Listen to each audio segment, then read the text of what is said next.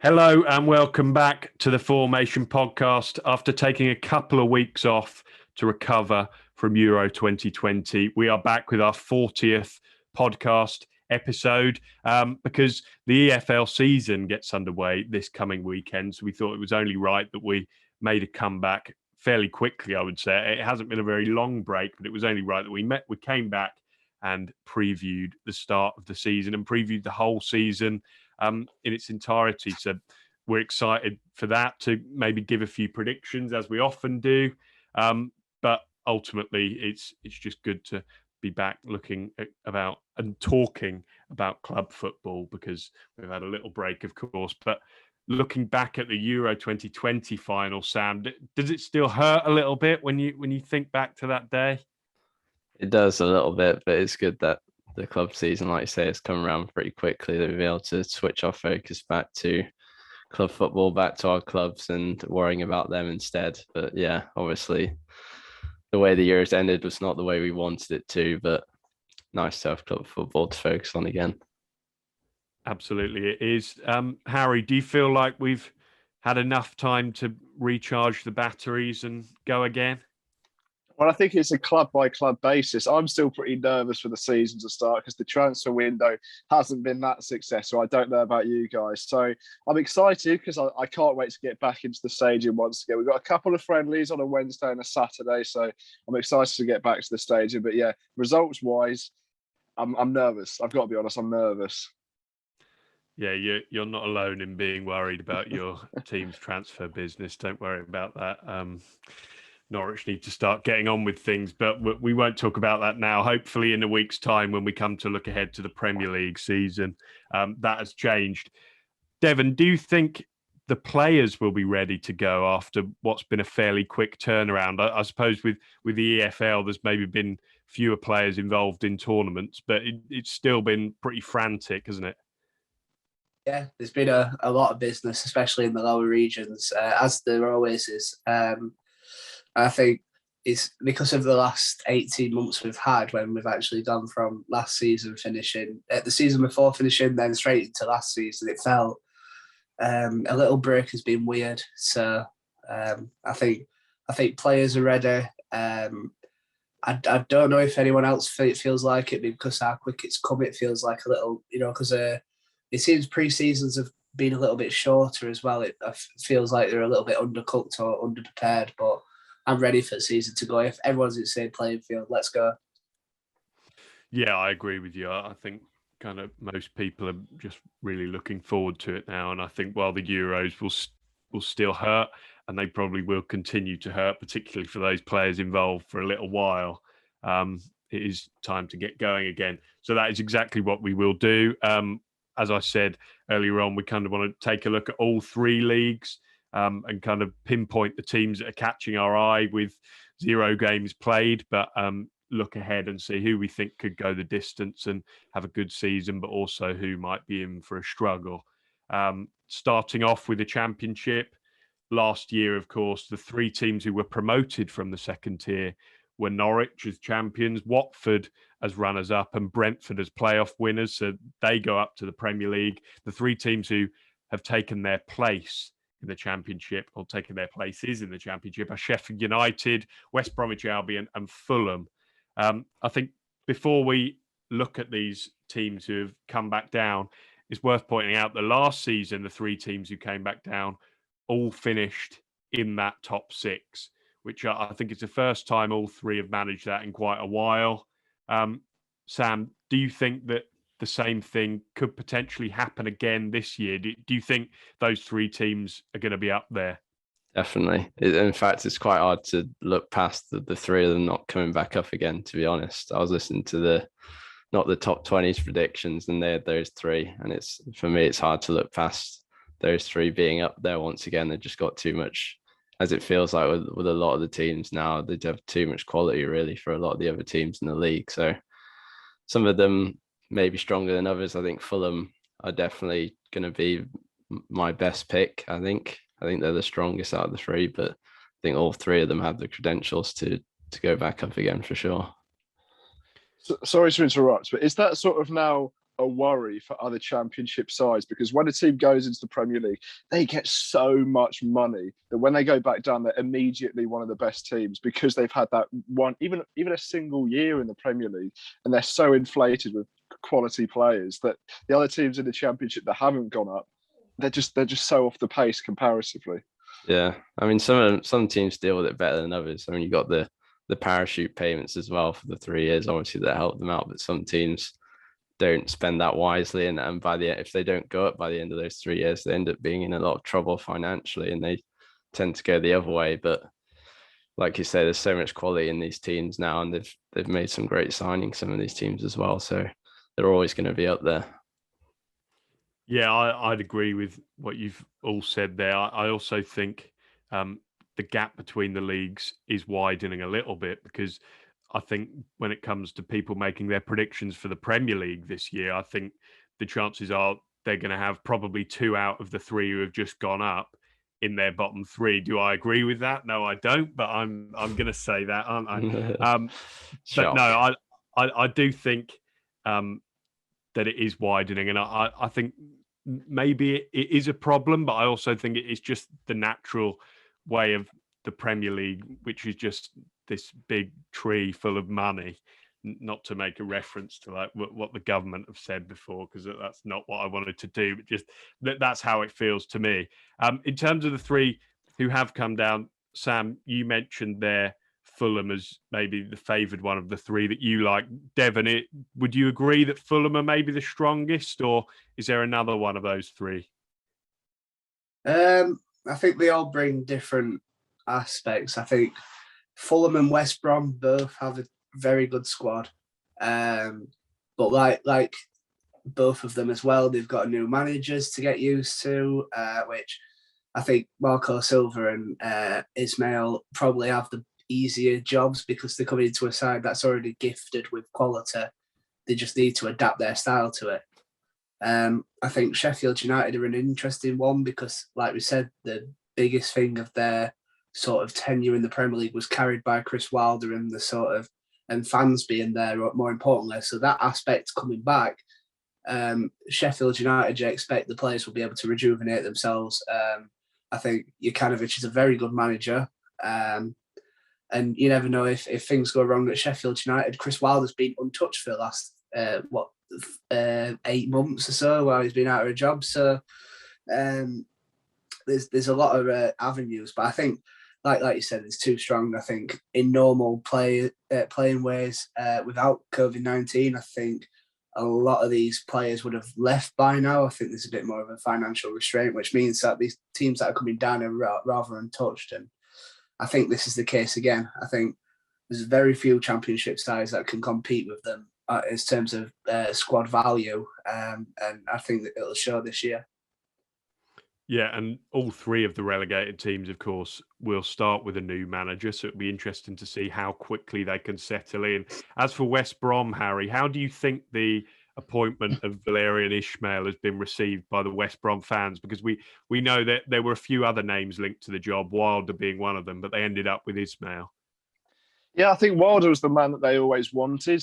I think it was the owner that said no to it due to the fact that he had a bit of a tetchy relationship with the Sheffield United owner, so he didn't want that to be repeated at West Bromwich Albion. But Valérien Ismaël, I think, is a good appointment. I think they're happy with it, just simply due to the fact that you look at his success at Barnsley.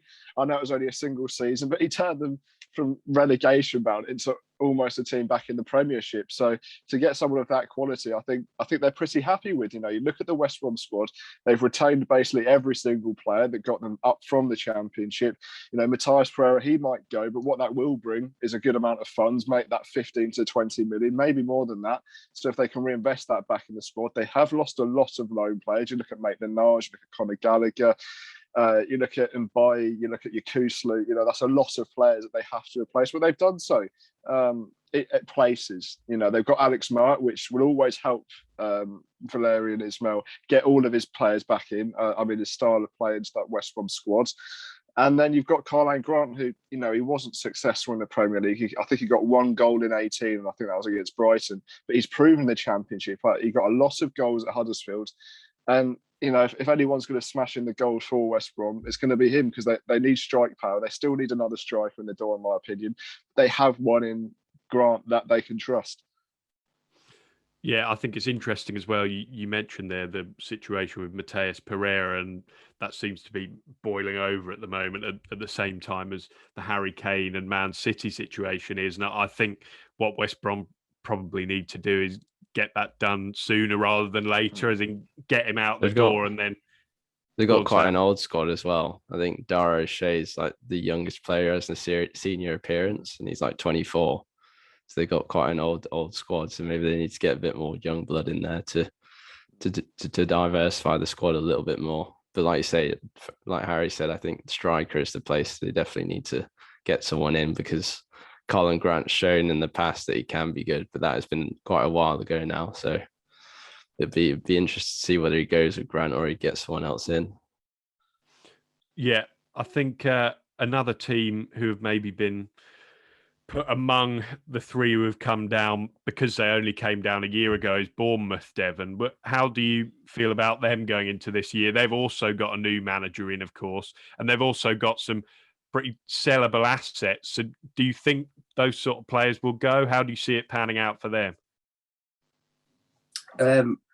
I think it's an interesting one again. Like we said, a lot of the teams that are going to be up there have got new regimes that could all, falter whilst other managers are going in and teams are already settled and straight in there. I think Bournemouth are a side that's underperformed, we could say, from last season. They ought to have done a lot better considering the assets that they have.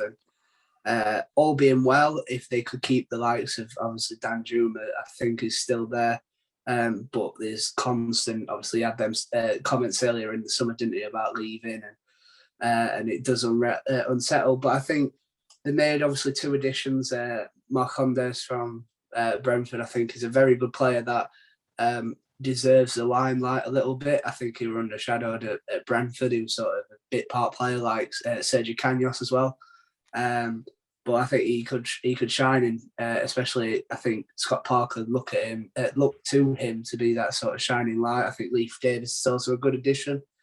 On loan from Leeds, replacing I think Diego Rico that left for Spain. But overall, you look at the midfielders, absolute quality. Ben Pearson, David Brooks, Lewis Cook should be coming back from injury. I think they're defensively sound as well. So under Scott Parker's influence, I think he'll get the best out of each player. And overall, I think his style will suit Bournemouth, and they'll also have a big influx of fans, even though it's only a little influx, if you know what I mean, compared to other people in the league. Which smaller places can create a bit more noise. Just ask Bramall Lane. I think the jury's still out for Parker a little bit. I don't know about you guys, but I was a little bit bemused when Bournemouth went for him. I think he's decent, but I think he would have had a better chance with the squad they had coming down last season. I think it's slightly weaker this year, but I'm still a little bit unsure on Parker and his possession-heavy style. I don't know whether that will suit Bournemouth or not. And Dan Juma is probably going to leave, like Don said, and it's going to be a big loss for them as well, because he is of the immense quality for this level. So I think that they'll definitely be up there, but whether they can challenge those 3 that are coming down it'd be tough. I think that is. Go on. I was just saying, I think that's their only worry, in the fact that it could get to the last week of the transfer window. Dan Juma and maybe David Brooks haven't had much interest, or like a sufficient interest, and then maybe with a couple of days to go, a team like Leeds putting a £20 million bid for one of them, and I know Crystal Palace, they'd like to spend money this window, putting a £15 million for David Brooks. It's brilliant money. The players want to leave, they have to go, and then they have to re-overturn that money to get quality back through the door. So I think their only worry is losing those players too late in the transfer window, when they don't really have much option. Especially, you look at Dan Juma's comments earlier in the window where he's almost like, I've outgrown the Championship, I want to go to a team like Leeds, for example. So I think their only worry is losing quality players near the end where they just don't have the time. Yeah, and I think it's an interesting point you make there on Parker too, Sam, because I seem to remember 2 years ago when he eventually went up with Fulham via the playoffs, but I think they started that year as pretty big favourites to win the league, and they maybe underwhelmed a little bit. Sure, they did the business in the playoffs, but I think if they hadn't won that playoff final, it could have been quite different for Parker. I think he's a really likable manager, and he comes across really well in interviews. He's better than Tyndall. Don't get me wrong, but it's still early in his managerial career, and I think he's still got stuff to prove. Yeah, I think it's certainly a bit of a gamble for sure. Although another team who've taken a gamble and who were up there last season came very close to promotion, only to lose in the final of Swansea City from MK Dons, who loves to play a possession-based style. And I think that's probably the thing that appealed to Swansea the most. Although they've had a pretty hectic summer themselves, with several players who were part of that playoff squad going out of the door. Devon, do you think with Martin in charge, do you think they could be among the contenders again, or do you think it'll be about rebuilding this year? I think it's got to be about rebuilding. Unfortunately, George, I know as much as you'd love to see him up there being ex-City, I don't think he's really, well, saying that, Cooper was sort of untested, weren't he, before he came in. But I think it'll take time from now. He's coming into Swansea, where a lot of their, like you say, a lot of their big assets have left, and and worse of all, they've left on freeze. And it's going to be too much of an ask, I think, considering the sort of teams that were below Swansea have all strengthened, and they all look a lot stronger this year. I think it'll take at least a year for them to sort of kickstart what they had, especially like, even though at times last year you look at the squad, they were playing some good football, but they were getting dragged up by Andre Ayew's goals, and they looked to certain players to get that, and players like Matt Grimes, who are linked away already. But either way, like I think a lot of the players that were dragging them out of that, especially when the form turned, because obviously, like, if you remember last year, we were saying to George, weren't we? Swansea could be taking your place all of a sudden, and Norwich kept on going, and Swansea sort of just dropped. And it's going to be a tough ask for Russell Martin to keep that mentality there to continue progressing forward. I think they're more likely to be at the other end of the table. Unfortunately, I think they've lost too many. If they can get some of those loan players, like you say, like Mark Gay, Woodman, players like that back, then maybe not. But I think they've lost too many players, like Devon said, like Ayew and Grimes, who are very important to them. There's a lot of unproven talent that, like Sam says, I'm not sure if they're going to be up there this season. It's going to be, like Devon says, it's a great mixture between both of you. A rebuilding season. Yeah, my only hope for Russell Martin would be that there is an understanding there from those Swansea fans that he needs time to rebuild, because I think I read a few of the MK Dons fans saying that his style didn't quite come through onto their players until about 6 months in, and it did take a bit of time, and there were critics for it. But and they conceded 5 to Sheffield Wednesday. Went away. Sorry. I thought you'd get. This COVID cost is really getting under me. Okay, then. Who or which teams would you be backing potentially to do a Barnsley, let's say, and surprise everyone by finishing in the playoffs? Harry, have you got anyone in mind? Well, I wouldn't call it doing a Barnsley because of their recent positions. I think about a season ago where they just missed out on the Championship playoff. I think it was on the last day or penultimate day of the season. But I'm going for Notts Forest. They've got a manager in Chris Hughton that's got the track record of getting teams promoted out of the Championship, had them through the door, and not rely on the older faces, let's say. So I'm going to go for them. I think he's got that pedigree, and if they can get James Gardner back, and I'm not sure. I think he's been linked with Sheffield United, so I don't know if he will go back there. But they did all right in the back end of last season, and I think if they can get that through an entirety of a season. There's always one team that surprises, and for me, I think it could be them. Well, I saw Devon shaking his head there as you were saying that, but I have to say that I like that shout. I'd expect them to be pushing for it. Devon, why do you not think they'll be there?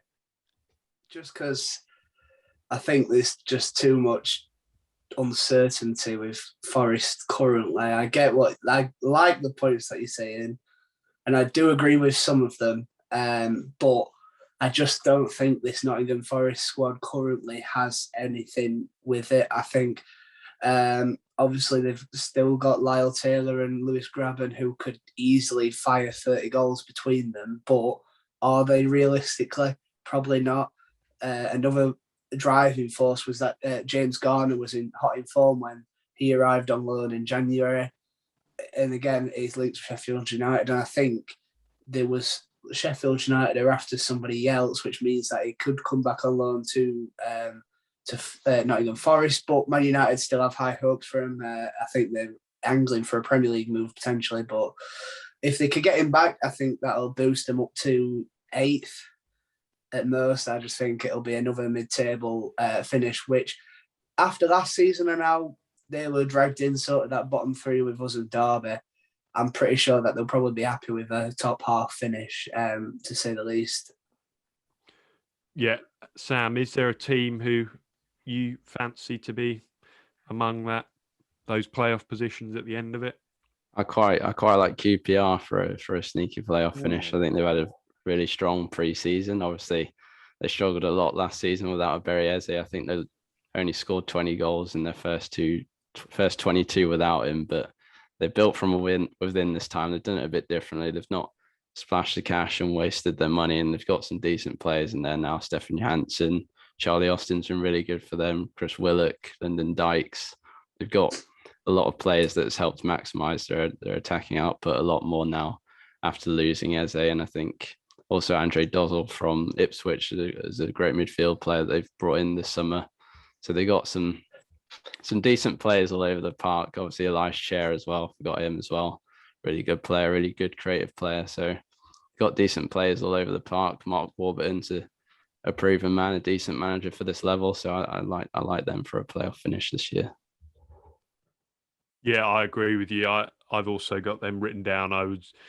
I saw them at Cambridge about 10 days ago, or not 10 days ago, a week ago at the time that we're recording, and they looked very sharp, even though they were against a Cambridge team who I maybe worry for a bit this season, but we'll come on to that in a bit. But I was impressed by what I saw from QPR, the players you listed there, but also Albert Adoma, who I think is about 33 years old now, and he still looked very sharp. So I think there's definitely a shout for them. Devon, is there another team that you maybe line up? I remember I haven't actually asked you for one yourself, but well, thanks, George.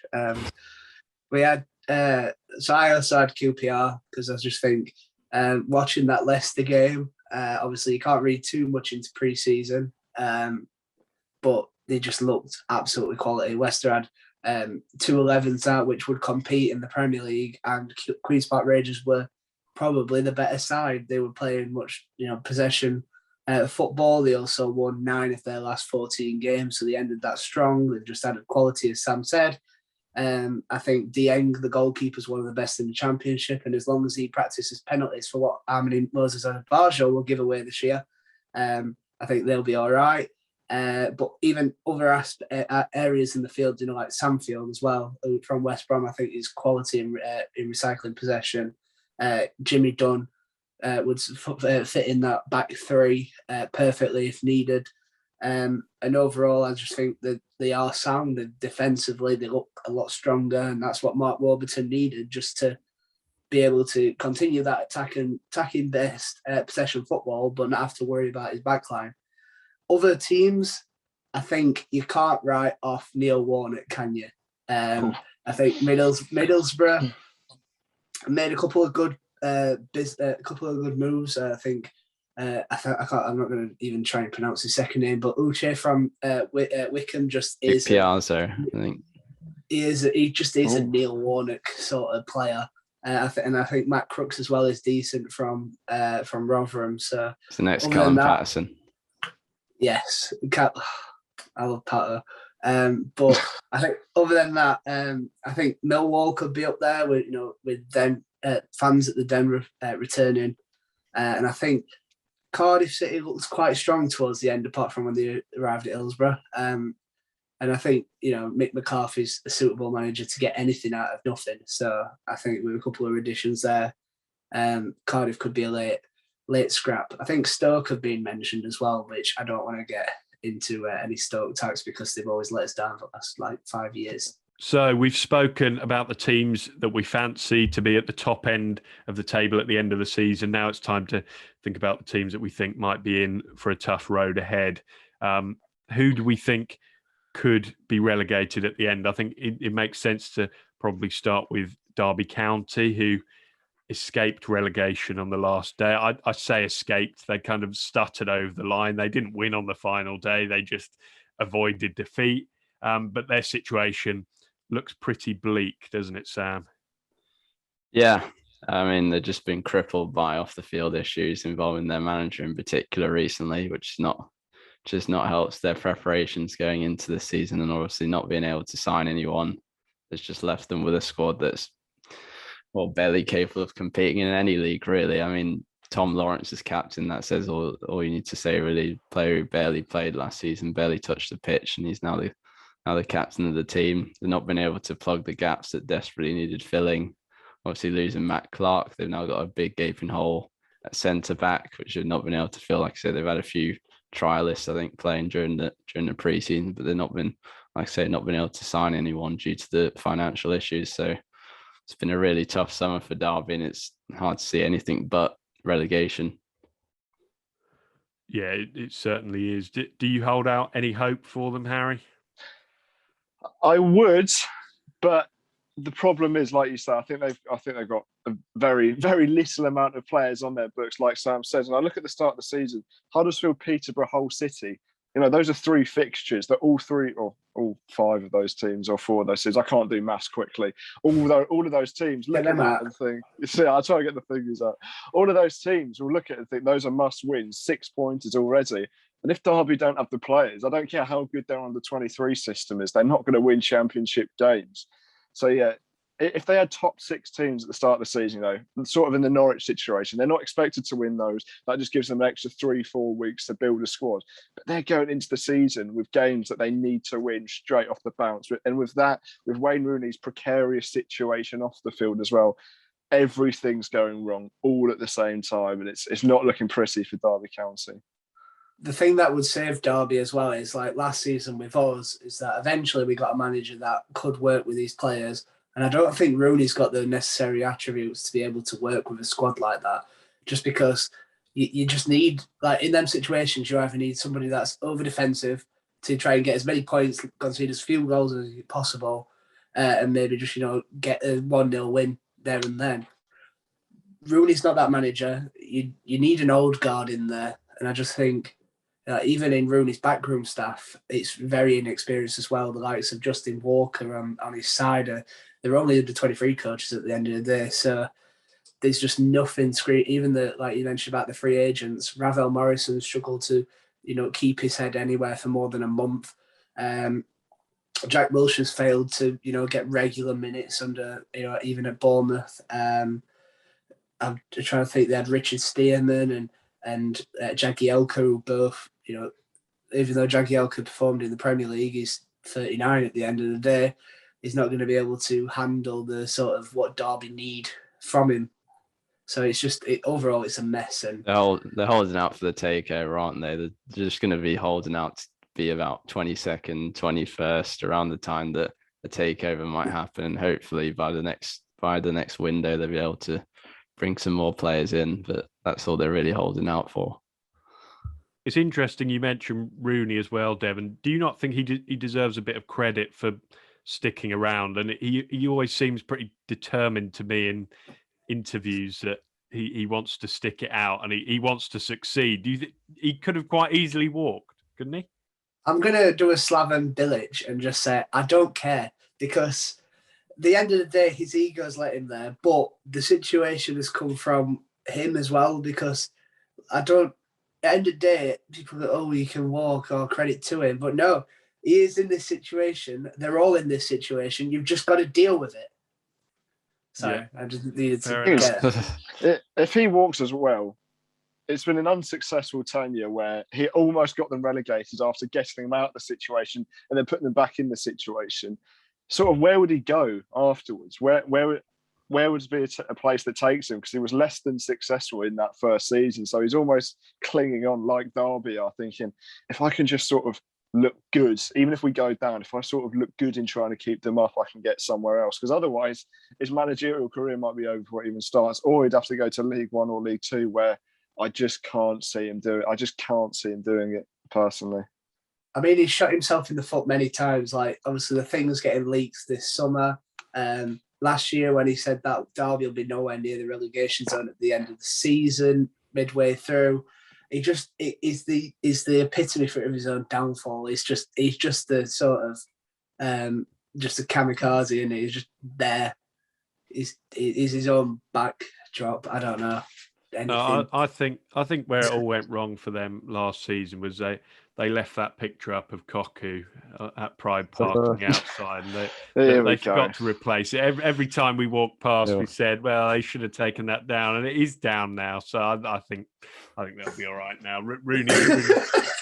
What do you think that was some sort of Liverpool witch doctor curse on Anfield or something? You're Koku's just there kicking ball in their own net. Okay. In terms of the newly promoted teams who have joined the league, Hull won League One, Peterborough finished second, and Blackpool won the playoffs against Lincoln. Do you fear for any of those in terms of staying up? And if so, which ones do you fear for? Harry, what would you say on this one?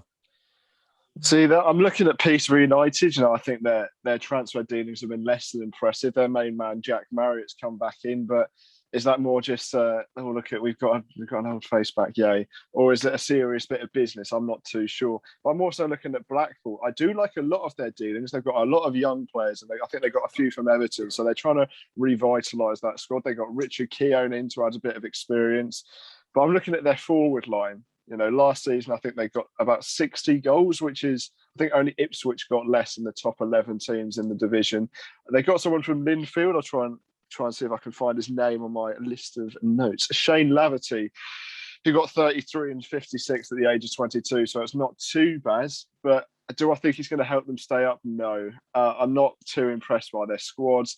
And I think it's going to be a season of struggle. But then you looked at a lot of teams last season, like Coventry, no one expected to stay up. And people thought maybe Rotherham were going to just finish bottom of the league, or Wickham were going to finish bottom of the league. And they all put in a good fight. So you never know in the Championship. Anything can happen. Sam, what's your take on that one? Who do you worry about?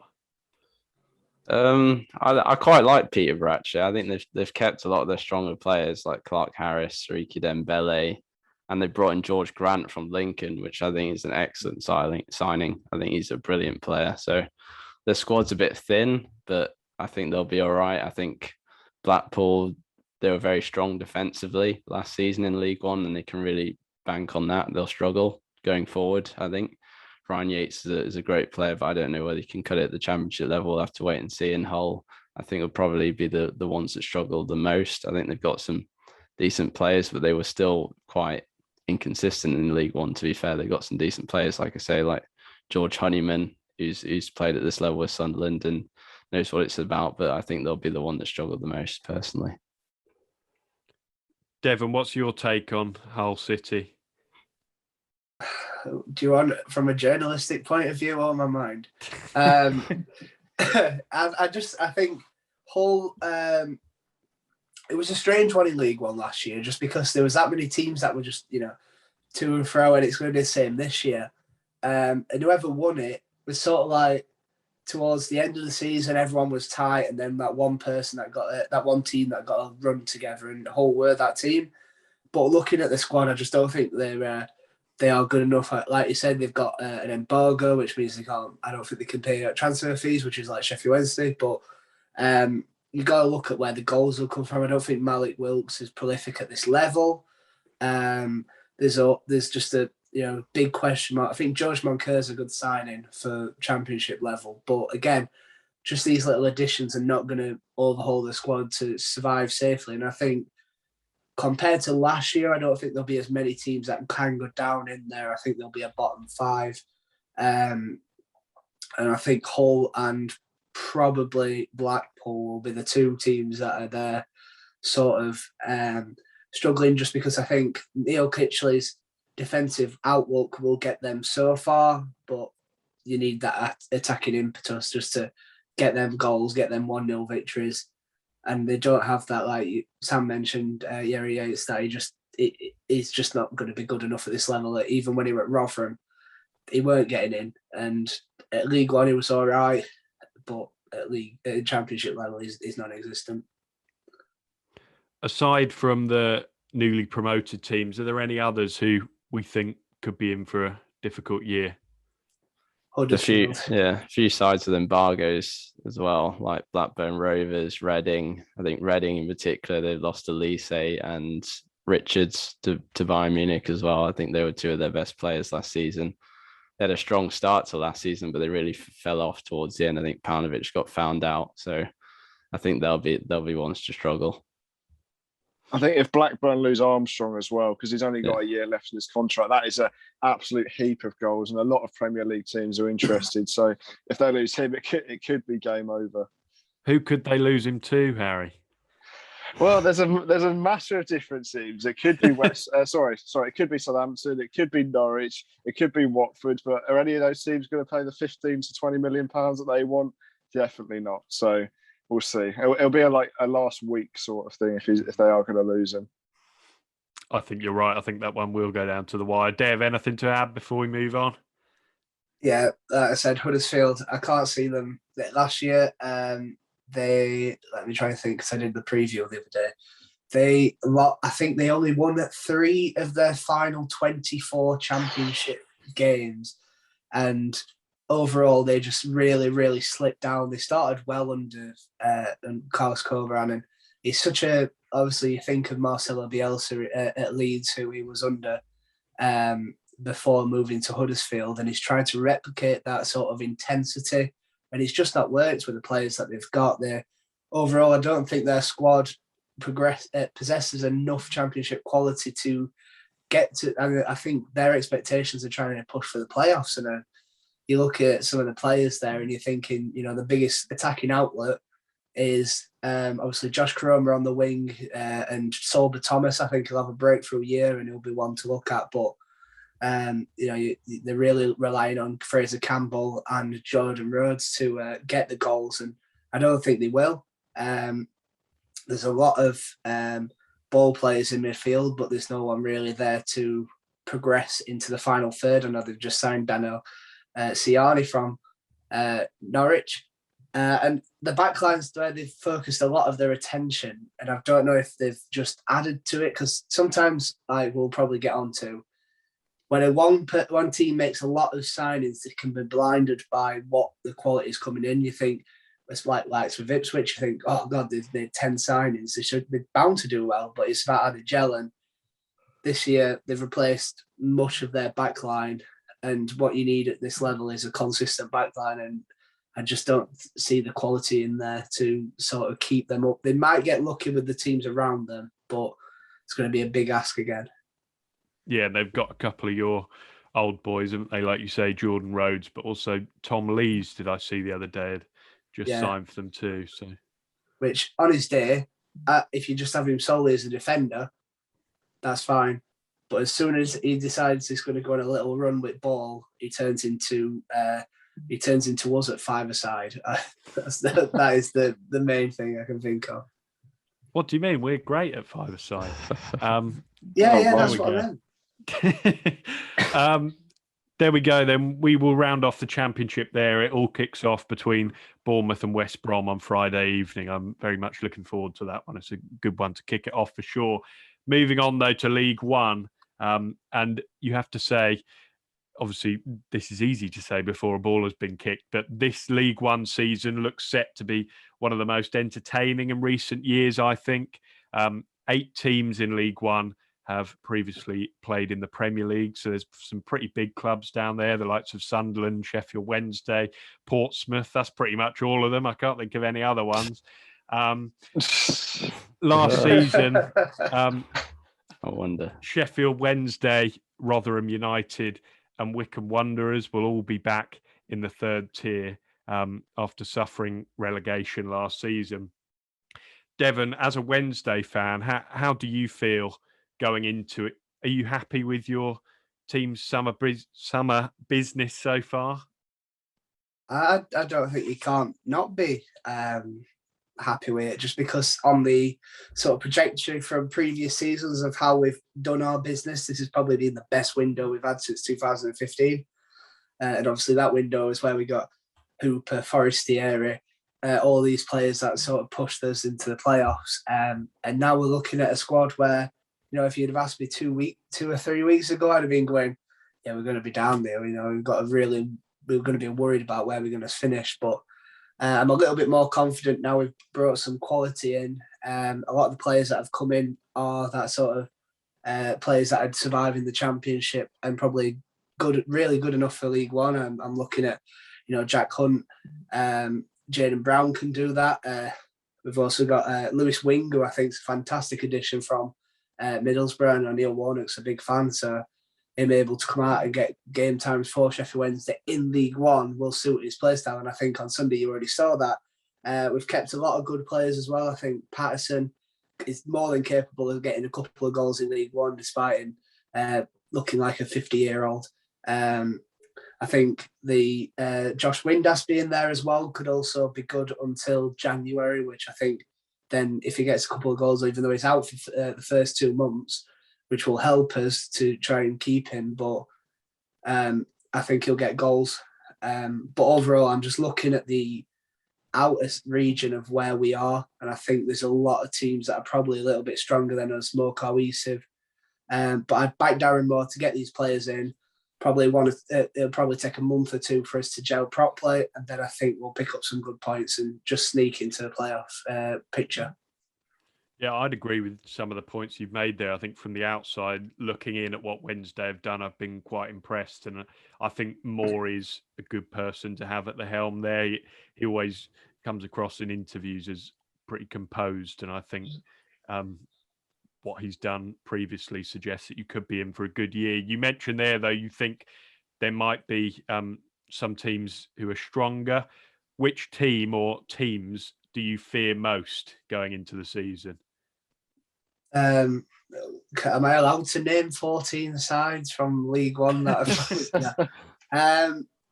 off the top of my head, like the likes of Ipswich, I think it's hard to ignore what strength they've got. Whether they're going to have to gel, which I think if you want anyone like us, we've got Darren Moore. If you want anyone else in charge that's going to sort of take that mantle and gel them together quickly, you'd back Paul Cook. I think Lincoln are very good still. I think they'll be driven by Michael Appleton's situation and want to do it for him, up to the disgust of Sam, which I've got a prediction later. George Grant's a big loss, I think. They relied heavily on him last season, but go on. Yeah. But overall, Chris Maguire's a shrewd signing, I think, in League One as well. Plenty of quality there, and he's a bit of a maverick. I think Adele Kun as well, who played for Rotherham a couple of seasons ago, and I think he was at Scunthorpe as well, where he performed well. I think he could be a good addition for him, and obviously, I'm sure Harry would like to bring up Dan and Lundalulu. I can't pronounce his name. Dan Lundalulu, I think his name, but I might be completely wrong on that as well. But any other role on that as well? You've got Rotherham, you've got Cardiff, no, Charlton, you've got Oxford that have been up there. There's a lot of unknown entities coming into this year, and League One sees a lot of players leave and a lot of players come in. So it's going to be interesting to see. I'm really looking forward to getting to know what this division's all about. I'm not sure if you mentioned them there. I remember you Portsmouth. mentioned a few temes. Sunderland, did you mention? Oh, there? yeah. I'm not too sure. I'm already forgetting the Portsmouth and Sunderland as well. Let me see if I've got my honourable mentions. Wigan have done some really good business and look like they've sort of got rid of the woes from a couple of years ago. Taken Charlie Wyke from Sunderland, haven't they? He was brilliant last season, so that'll be interesting. And the best name ever, Max Power, as well. Big fan of Simpsons. This is going to be Sunderland's fourth consecutive year in the third tier, Sam, and they've suffered pain in the playoffs on a couple of occasions over their previous 3 years. So how keen do you think Lee Johnson will be to avoid the playoffs this year and hopefully go up in the automatics? Very much so, but I think it's more than ever, it's a bit up in the air where Sunderland actually are in this division at the moment. Obviously, like Devon has said there, it's the extremely competitive division. I think they've definitely got strengths. They've definitely got weaknesses. Obviously, like I mentioned, Charlie White will be a big miss at striker. I think that's somewhere where they've got a few players that can play there. They obviously still got Will Grigg on the books, but he's been a pass man for a while. He's been within the depths of the squad for a while, and we've not seen him for a while. So I don't know if he'll fit in there, but yeah, it'll be interesting. Obviously, they got the new ownership as well, Louis Dreyfus. I think they've taken a more cautious approach this summer. They brought in some decent players like Alex Pritchard. He's had some great years this decade. Has had some pretty poor years this decade as well. So it'll be interested to see how he does. Callum Doyle, very exciting young player from Man City as well. So they brought in a few. They've been a bit more careful in their transfer approach, like I say. So it'll be interesting to see how they go. Yeah, and as for Portsmouth, Harry, I'm sure you maybe don't want to check their news too much because they're pretty much an irrelevance to Saints at the moment. But they finished. Don't say that. They finished 8th last season. Do you think, from maybe having spoken to Portsmouth fans or seen what they have to say, do you think they do expect the Cowley brothers to kick on this year and push for promotion? I think a couple of weeks ago they were rather unimpressed by their transfer business, but I believe they brought in about 10 to 12 players now to overhaul the squad. And when lost his name, Danny Cowley, sorry. When Danny Cowley came in, I think a couple of them was not surprised, but just it's like an okay one. When he came in for me, I was like, darn, he's going to put them right into the playoff position. That didn't quite happen.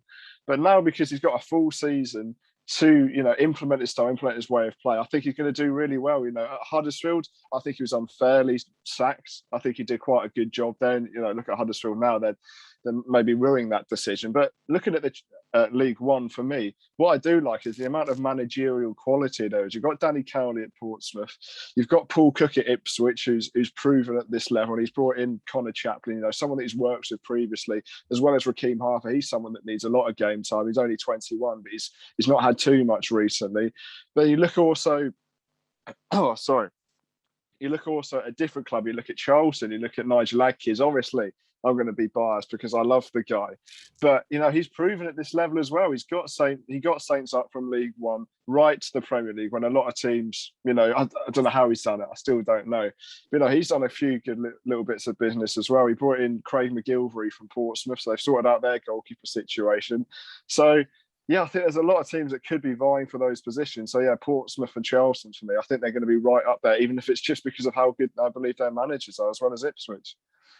Yeah, I have to say, I felt similarly to how you did when Cowley came in, when Cook got the Ipswich job. It does look like a good appointment. And I think now the Ipswich fans, after a poor end to last year, are expecting to hit the ground running pretty early. And I think there will be a bit of pressure on him to do that, but we shall see whether it does turn out that way. I like you mentioned Charlton too, because I've got them written down. And I think I said on an Instagram story last week that I thought they would win the league, and I think it's very difficult to call. But you mentioned the signings they've made. They've got George Dobson in from Sunderland, as well as Jayden Stockley from Preston on a permanent deal, and he did well on loan there last year. So I think they look pretty strong too. It's very difficult to call, let's be honest. Let's just hope they lose their opening game on Saturday. Who, Charlton? Yeah, well, I think we've covered a few teams there. Knowing this division, by the end of the season, a team might have won it that we haven't even brought into the discussion. But it's like Doncaster Rovers seem to be making some good business, and I do like Richie Wellens as well, which it's not good. And I'm hoping Darren Moore will go back there and be very successful when we visit the Keepmoat in October. So should we just name any? I think Burston could be up there as well. I think name every team in the league. Yeah, have you heard of their last. Oh dear. Okay, it's genuinely such a good division. Should we maybe mention who we think could struggle at the other end? Maybe starting off with Morecambe, who I think are viewed as big underdogs in this division. Sam, how do you think they'll cope with the step up, given that really in that playoff final they scraped through, didn't they? Yeah, it's going to be difficult, obviously, losing their manager as well, Derek Adams, to Bradford, obviously, as well. I think, definitely going to be difficult for them. They've got some nice little individual players like Carlos Mendes Gomez and Cole Stockton who serve them well. No. Mendes Gomez has gone to Luton. Yeah, he's gone. Yeah. So they've lost their best player and their manager. So it's not looking good for them. It's not looking good for them now, and that shows how much I know, doesn't it? But, yeah, it's going to be difficult for them, George. Let's move on. Yeah, I have to say I've got a couple of teams written down as well as Morecambe that I do worry for a little Cambridge, bit. One of those. They'll struggle as well. I think they won the league obviously last year, but I think they were powered a lot by individual performances by the likes of Paul Mullin and Wes Houlihan. But obviously Paul Mullin's going to be a huge loss. He took most of their shots, scored most of their goals, so I think they're going to struggle a lot as well. Yeah, I completely agree on Mullin, and I think there's a sense from the Cambridge fans that they still haven't really replaced him. I think they've brought a couple of strikers in, but they don't know if they're going to be to the level of Mullin. And also when it comes to Houlihan as well, they developed a system last year when, because of his age, Houlihan only played on the weekend. And I think when they're going to be facing tougher opponents, Devon's laughing at that. I don't know why. I think it ended up working for them. Devon, he's about 38. He's only got little legs. It just seems like he's got a part-time job at a newsagent, something like that. Honestly, I went to that Cambridge QPR friendly last week, hoping Houlihan was going to play, but forgetting that he doesn't play on Tuesday nights. So then I saw the team. Oh yes, we play Cambridge on a Tuesday night, so we'll be all right. Yeah, I worry for them, but for similar reasons, I worry for AFC Wimbledon as well, who have relied on Joe Pigott for goals over the last few years, and he's another one that Ipswich have snatched away for big bucks. Well, not for big bucks. It was a free transfer, but he'll be earning a lot more at Ipswich than he was at Wimbledon. And I'm not sure they've replaced him yet either. So I think there's a little bit of concern for them because they've had a poor pre-season. But those are the two other teams I worry about. Are there any other suggestions we want to add into the mix?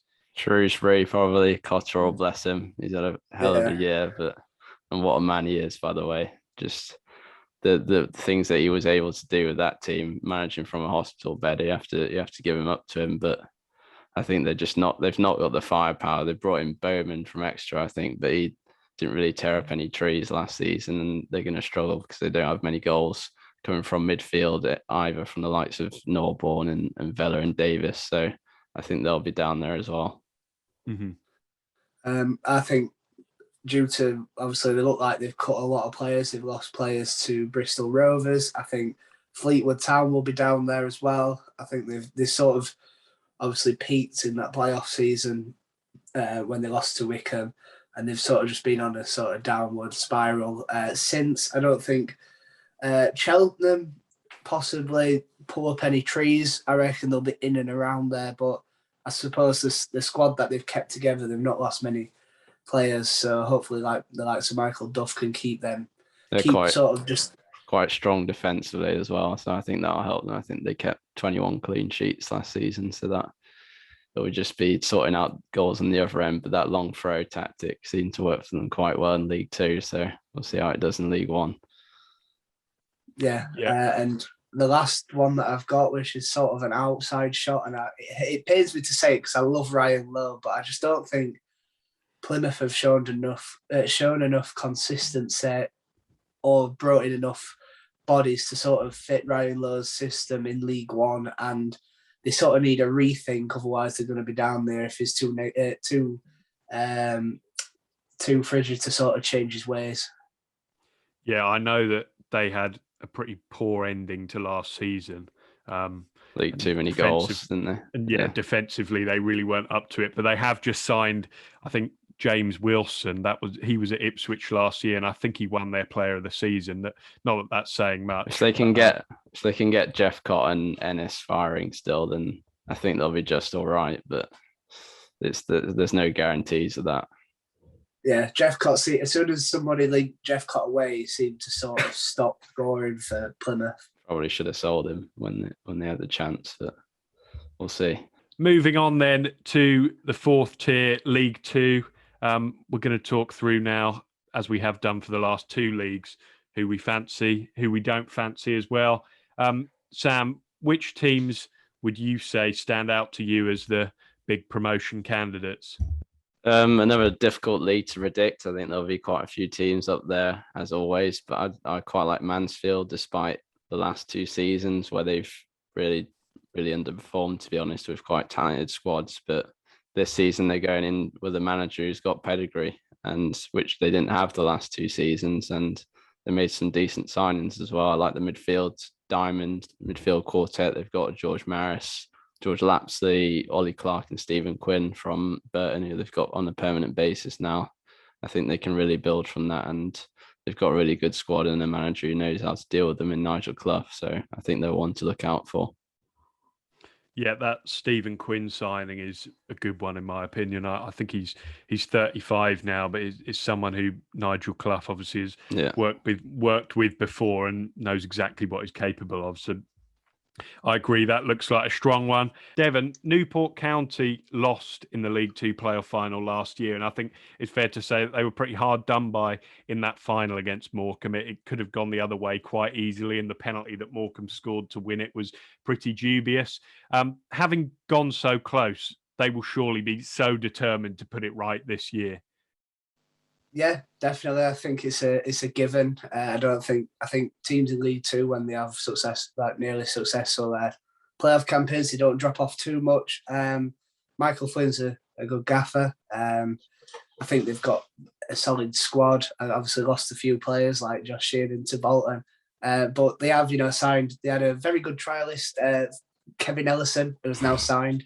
If you've seen all of that debacle, but I think they'll be up there. Whether they'll get over the line, I don't know if that'll just be a little bit 1-2 step far, but one step too far. But like you said, the big advantage is that you've got 3 automatics and obviously the playoff route as well. So I think that'll be in their favour.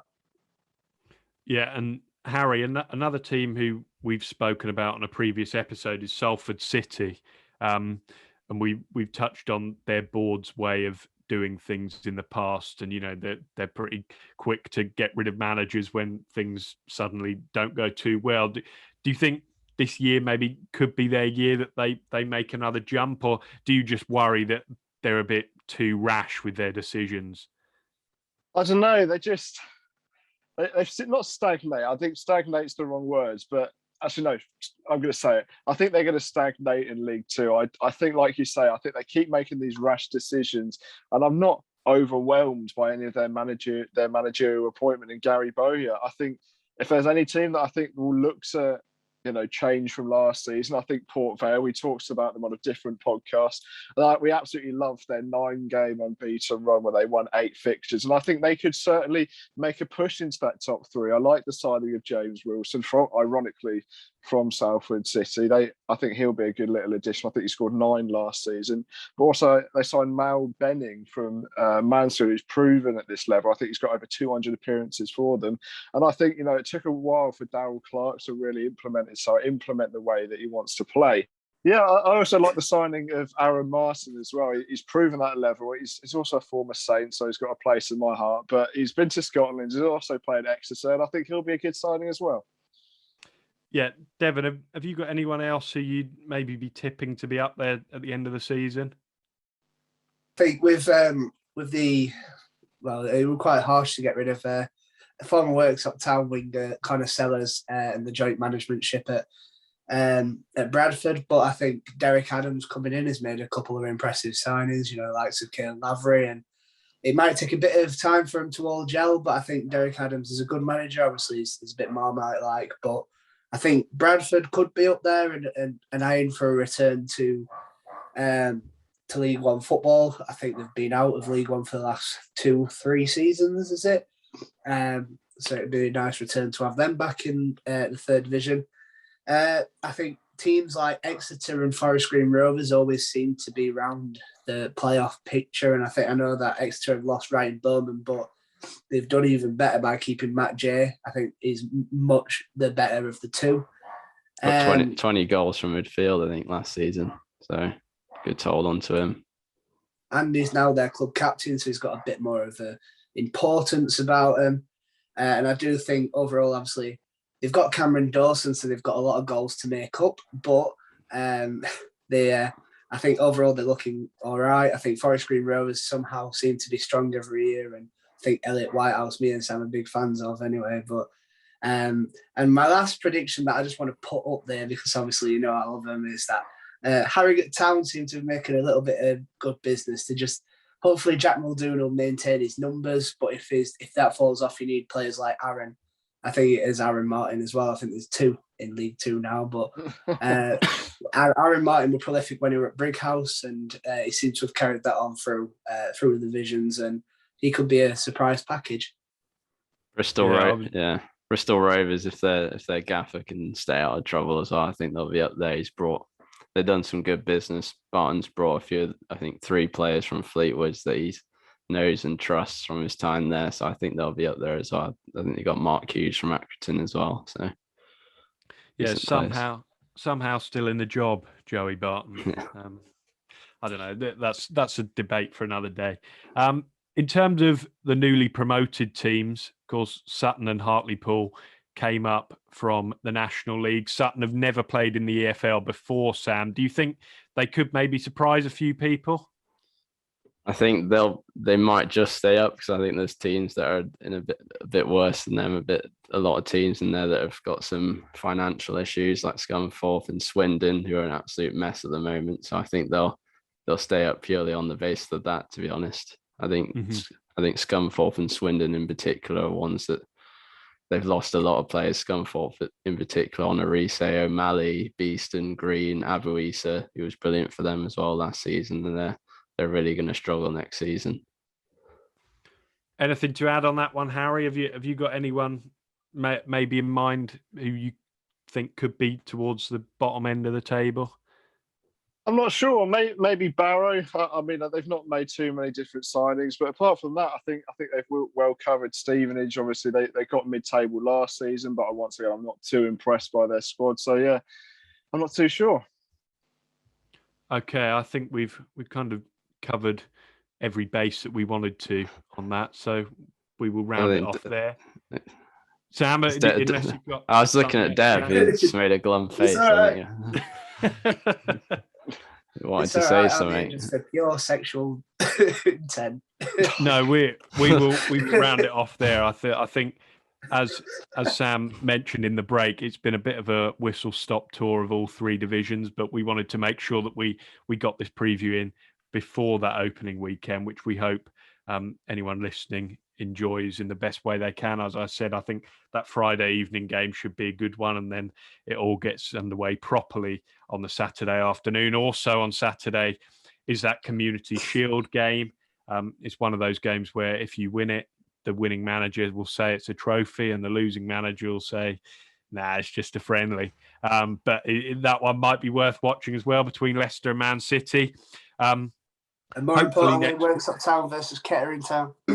Sorry, cough again. Hopefully next week we'll be back with a big Premier League preview, and you can find out how worried me and Harry are about how many points Man City are going to win the league by. Once they sign Harry Kane and Jack Grealish. Yeah, who knows? Maybe one of them will have signed on the dotted line by then, although I'm not too sure. It seems like they're going to drag out for a little while longer, the Kane one anyway. And we should also have another mini episode coming out this week with another podcast. So keep an eye on our socials at _Fourmation for that. And we will see. Hopefully that'll be out before the weekend as well. But we're not too sure on that just yet. But yeah, we will see you next week for the Premier League preview. So thank you for watching or listening. Goodbye.